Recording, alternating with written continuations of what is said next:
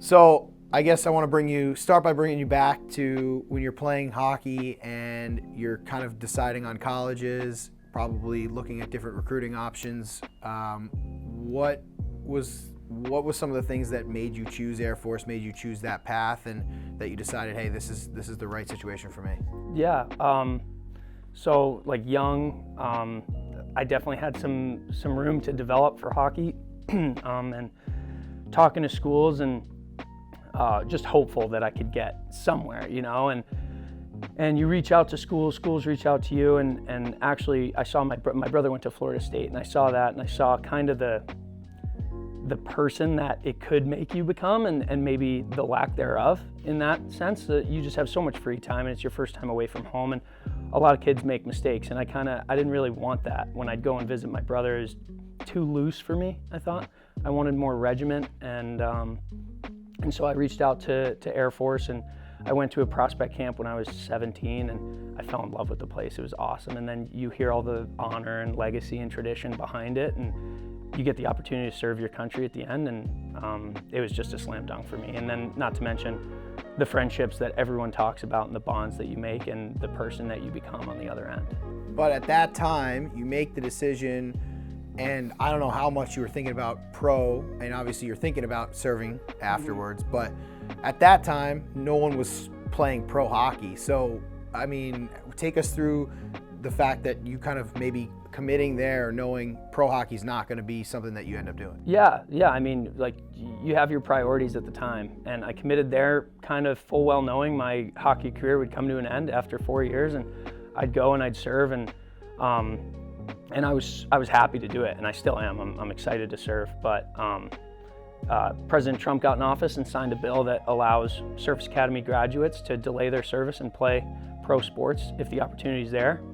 And when that happened, I thought, all right, maybe there is potential here. And going into my senior year, I went to an NHL development camp, and that kind of got me thinking, okay, maybe there's some potential here. And upon graduation, I had the opportunity to join the Reign at the end of last year, so I jumped on it, and it's been great ever since. Yeah, and obviously, thinking about your pro career, and like I said, not having that kind of, you had a weird situation too when you turned pro, that your season wasn't over. Your eligibility situation, I guess, after COVID and all the different classes and things like that got affected. What was it like joining a pro team, but also kind of still looking back and your team was still in the playoffs there? Yeah, it was weird, and not only the playoffs, but if you think outside of hockey, like, they still had half a semester to go, and I wasn't there for that. I had already graduated, but seeing this class that I had, like, pretty much joined when my class had graduated, it was weird seeing them continue and go through the traditions of commissioning ceremonies and the big grand graduation, and I wasn't there for that. Yeah, I mean, it stung, but at the same time, everyone has their own, chapters of their life, and that chapter had closed for me, and it was time to move on to different things, Okay, take us back to a normal practice day. You're at the academy. What is that day like? And you don't know the other schools, but it's much different. Your day-to-day was much different than if you attended any other school. Take us through kind of what that was like for you. Yeah, day-to-day was for sure different. So I would usually wake up around like 6:15. My senior year, I was a squadron commander, so on Mondays, Wednesdays, and Fridays, we had morning accountability formation. So we would have to meet up and go over, basically just brief some big ticket items for everyone to be in the know about. That was around like 6:45. We'd do that. Then breakfast, then class started at 7:15. And so athletes, you're in class from 7:15 till lunch, and then you're released for your athletic duties. So I'd be in class until 11:23, I think. Then we form up and we march to lunch. Everyone marches to lunch together.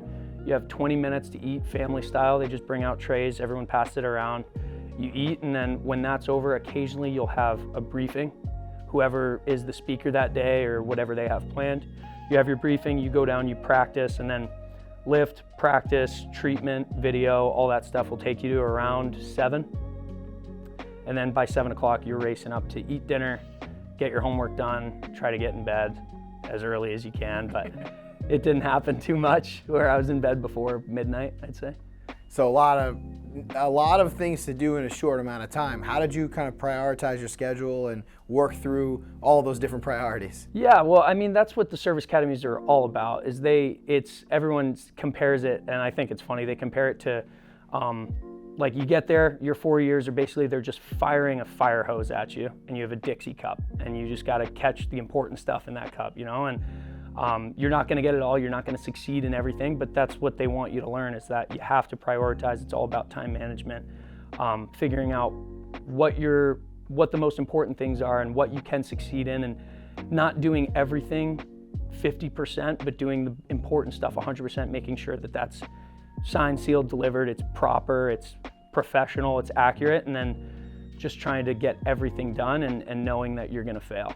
Now that you've been through that, you're with the Reign. This Salute to Service night is coming up shortly. What does a night like that mean to you, and what is it like for you to kind of participate in something like this with the Ontario Reign? Yeah, it's an honor for sure, and just being able to interact with the community and the fans, and you see there is a fairly large military community out here, and people are so supportive, and it's funny because like they come and like show gratitude to watch you play hockey, but like your gratitude to them you can't even verbalize it, So it's an honor for me to kind of share that and express my gratitude to the people who are serving, who have served, who have sacrificed, and I'm excited. Yeah. What's it like knowing that you're the first player to go through a service academy that's playing for the Ontario Reign? Yeah, that's cool too.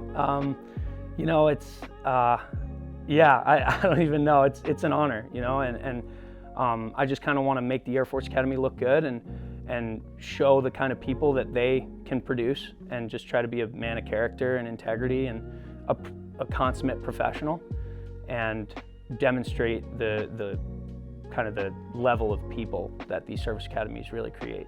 So for everyone who hasn't listened to your story before, whenever your pro career ends, what are you going to be doing? What did you train, and where do you feel like you would fit in when you actually go into the service? Yeah, so your junior year, you put in for jobs. You get a job sheet. They call it a dream sheet, and you put in 8 preferences of what jobs you'd like. And so I got 92 Tango 3, which is an RPA pilot, remotely piloted aircraft, so drone pilot. So upon the completion of my hockey career, I'll go to San Antonio, Texas, and I'll train in whatever RPA airframe they want me to fly, and then serve my time and maybe stay in for a career. I'm not even sure. Take it day by day and see how that fits me. But yeah, I'm really excited. How much do you keep in touch with your classmates who, whether it's hockey or outside of hockey, have finished and now they're in the service now? Yeah, a lot of them, all of them really, especially like my classes.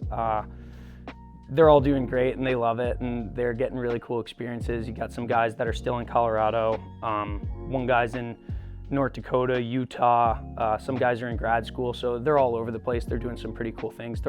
Right now they're all in the training phases of their job as they start to figure it out, but it's pretty special to hear their stories and kind of know what's waiting on the other side of the curtain for me. Well, thanks for doing this, and it's great to have you here for this night. Yeah, thanks, Jeff. Appreciate it.